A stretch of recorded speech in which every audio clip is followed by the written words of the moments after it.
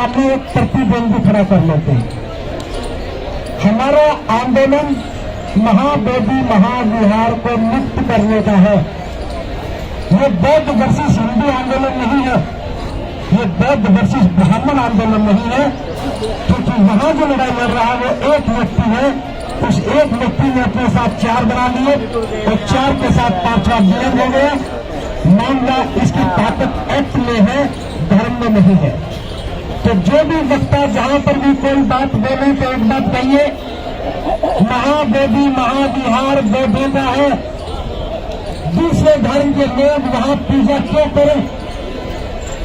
और सबसे बड़ी बात, जब देश में 26 जनवरी 1950 को बाबा साहब डॉक्टर अम्बेडकर द्वारा लिखा गया संविधान लागू हो गया, तो जो एक्ट 1949 में बना था उसे स्वतः ही नष्ट हो जाना चाहिए था। एक साथ देश में गैर संवैधानिक एक्ट काम कर रहा है, सरकार को ये बात समझ में आनी चाहिए। तीसरी बात मैं कह रहा हूं, अभी तक ये हमें मिला क्यों नहीं, इसमें मैं किसी को दोष नहीं दे रहा हूं।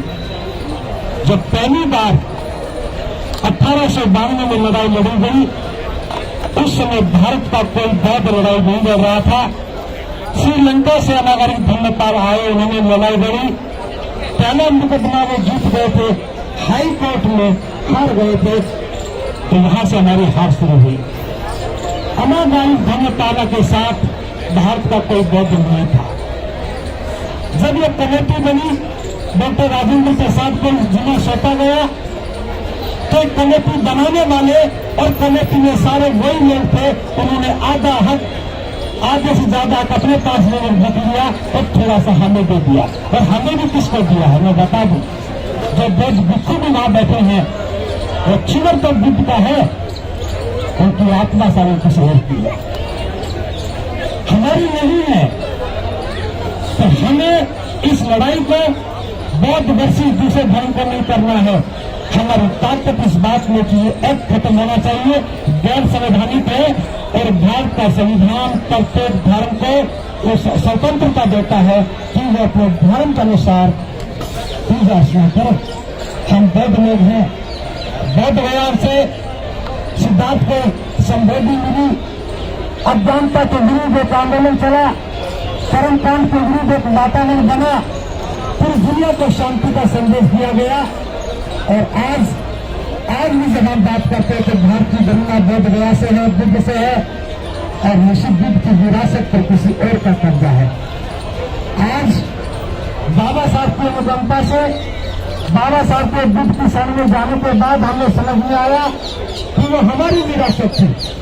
अभी तक उस विरासत की लड़ाई कई और लड़ रहे थे, आज हम लड़ने लगे हैं, इसमें जीत की संभावना पक्की है।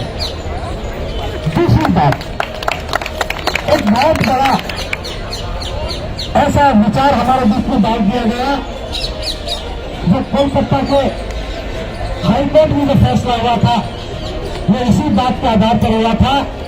उन्होंने कहा कि बुद्ध विष्णु के 10वें अवतार हैं, इसलिए हमें पूजा अर्चना करने का अधिकार है। और इसी बात को आज भी कहते हैं कि बुद्ध विष्णु के अवतार हैं। क्या ये बात बुद्ध बोल करके गए हैं? अगर बुद्ध बोल के जाते तो हम भी स्वीकार कर लेते। तुम किसी को कुछ भी कहोगे, हम स्वीकार नहीं करेंगे। और मैं तो कहता हूं, अगर इतनी बात समझ में आ गई कि वो विष्णु के अवतार हैं, तो पहले बुद्ध की बात को मानो। बुद्ध ने जाति पाति का विरोध किया, अपनी जातियों को खत्म करके बुद्ध बिहार में आइए तो पता लगेगा कि नए 10वें अवतार कौन से हैं। अगर बुद्ध की बात मानते हो तो कर्मकांड को छोड़िए। अगर बुद्ध 10वें अवतार है तो हर मंदिर में बुद्ध होने चाहिए और हर मंदिर में बुद्ध भिक्षु होने चाहिए। लेकिन भिक्षु स्वीकार नहीं करेगा, क्योंकि भिक्षु पूजा नहीं करता, भिक्षु कर्मकांड नहीं करता और भिक्षु किसी का ऐसा मेला मदद नहीं करता। हमारा आंदोलन बुद्ध विहार की मुक्ति का है और हम तो सरकार को बताना चाहते हैं कि इस एक्ट को बदलो, ये गैर संवैधानिक है। एक बात और कही जाती है कि संख्या कम है। वोट गया की बात कहेंगे कि घर में तो कम लोग बैठे हैं। इस बात को मैं बता रहा हूं, जीत और हार संख्या बल पर नहीं होती है, जीत और हार सत्य पर और असत्य पर होती है। हमारा पक्ष मजबूत है, वो दुख भी भरती है, वह सिद्धांत दुख बने, हमारी विरासत है। इसमें संख्या बल कहां से आ गया? क्या 4 लोग जो पुजारी बन के बैठे हैं वो 4 लोग ज्यादा हैं या यहाँ 4,000 जितने देश में घूम रहे वो ज्यादा है? बात संख्या तो नहीं है। अगर एक व्यक्ति भी नैतिकता के आधार पर आवाज उठाता है तो उसकी आवाज को सुनने का सरकार का दायित्व बनता है। ये हमारी मांग नैतिकता की है और एक आवाज को बुलंद करो। जो लोग गलती से महाबोधि महाविहार में बैठ करके पूजा कर रहे हैं, कामना करो कि उनको समझ में आ जाए। उनके भाइयों को समझाओ कि अपने भाइयों को कहो कि नैतिकता के आधार पर महाबोधि महाविहार को खाली करें और बौद्धों को उनकी विधा से सोचें। देश का भाईचारा बना रहना चाहिए। एक छोटी सी बात और इसमें मैं डाल रहा हूं। बातचीत करते समय मैं सोशल मीडिया के सभी लोगों से भी मैं बात कर रहा हूं। सोशल मीडिया बनेगी बहुजनों का मीडिया है। इस मीडिया में भी केवल टीआरपी के लिए दिशाहीनता की बहुत बात होती है। जैसे थोड़े दिन पहले किसी एक व्यक्ति ने विरोध में बोल दिया और वहां पे खबर बना दी कि आंदोलन 2 साल हुआ। एक व्यक्ति में बोलने से 2 साल नहीं होते, 50 व्यक्ति के विरोध में बोलेंगे 2 साल नहीं होगा। अतीत की गलतियों को लेकर के वर्तमान में बात करना ठीक नहीं है। ये मुद्दा ना धन का मुद्दा है, ये मुद्दा ना नेतृत्व का मुद्दा है, ये मुद्दा भारत के बोधों की अस्मिता का मुद्दा है, हमारी नैतिकता का सदाचल का मुद्दा है, हमारी विरासत का मुद्दा है। हम इसको भटकने ना दें। कौन व्यक्ति क्या करता, पहले क्या करता रहा, वो हटे ना हटे, मैं इसका बात नहीं करता हूँ। मैं तो एक बात कहता हूँ, व्यक्ति जो आज बुद्ध बिहार में बैठे हैं, विनम्र मेरा अनुरोध है और आपसे भी समर्थन मांगता हूँ।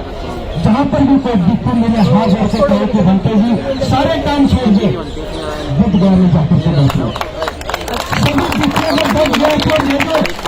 ये लड़ाई बहुत व्यक्ति लड़ेंगे। आपके पास बहुत सारे काम है, आपको नौकरियां करनी है, परिवार का पालन पोषण करना है, बस आपको खाने पीने की व्यवस्था करते रहे। मरने का काम बिल्कुल करेंगे, लेकिन उसमें भी आपको साथ देना होगा। बिल्कुल को 2 घंटे भी मीनार खाली करके उस बाहर जाके बैठो। हमारा बड़ा घर वो है, वो छोटा घर है, वो वहां जीत जाएंगे तो फिर लेते आ जाएंगे। तो आप सबको काम करना है। इस बार 14 अप्रैल को वो बाबा साहब की जयंती मनाओ। बाबा साहब की जयंती में स्टेज पर एक ही कटआउट होना चाहिए।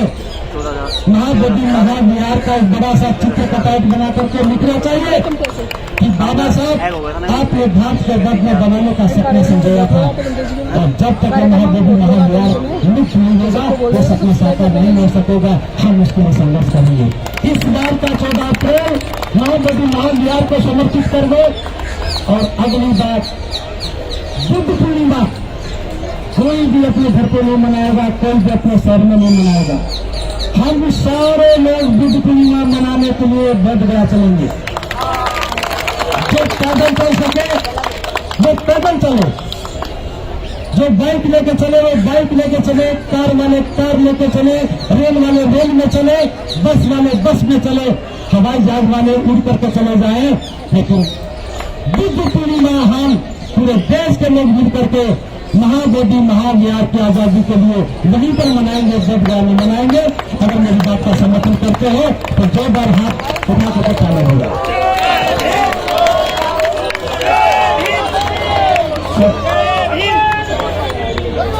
आप जितना देर से नारा लगाते हो, इतनी बात बस पड़ोसी को समझा दो। मैं तो एक बात और कहता हूँ, देखिए मैं बता रहा हूँ, गलत फहमी पाल के मत बैठना कि ये आंदोलन जल्दी खत्म हो जाएगा। भारत के इतिहास में 132 वर्ष पुराना आंदोलन है। ये देश की आजादी से पहले शुरू हुआ था और आज तक सरकार इग्नोर कर रही है। सरकार इग्नोर कर रही है, हमें गौर करना है। सरकार इग्नोर करेगी, हमें गौर करना है। और गौर क्या करना है? अभी तक हमारी आवाज में दम नहीं था। जो हमारे भाई बौद्ध नहीं बन पाए हैं उन्हें तेजी से बौद्ध बनाओ।